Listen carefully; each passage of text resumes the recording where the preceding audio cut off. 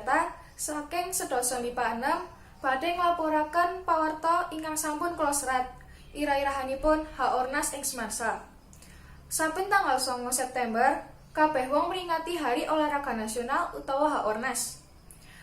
Peringatan Haornas iki ora mung dianakake saka tingkat kabupaten tekan tingkat nasional mawon, nanging saged dianakake ing tingkat sekolahan.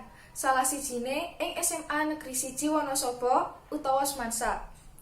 SMA Negeri 1 Wonosobo utawa Semansa nganakake upacara gendera kanggo mingati Haornas saben taune. Kabeh warga Semansa melu upacara gendera iki.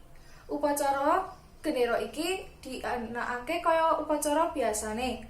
Saka ngibarake gendera tekan lunga lan pengumuman. Sakliyane upacara gendera, Semansa uga nganakake dalan sehat kanggo meringati Haornas. Kabeh warga Semansa milu kegiatan iki. Rutinipun inggih menika metu saking Semansa, ngliwati Singkir, lan balik meneh tekan Semansa.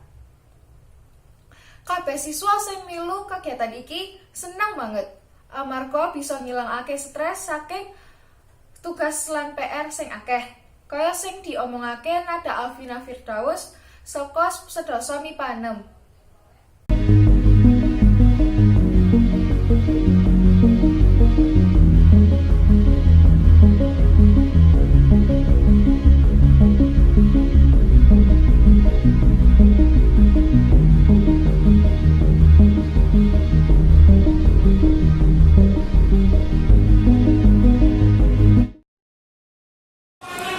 Kepriye tanggapane Mbak Nada bab kegiatan Haornas ing Semansa?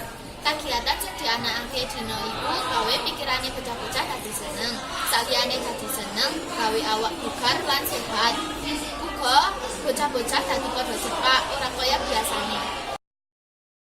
Kegiatan sing dianakake Semansa iki bisa numbuhake semangat olahraga lan bisa kanggo seneng-seneng para siswa Semansa sing akeh banget pikiran lan akeh banget tugase.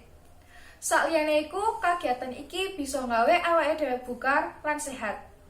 Cekap semanten saking kula, menawi wonten kalepatan kula nyuwun pangapunten. Wassalamualaikum warahmatullahi wabarakatuh.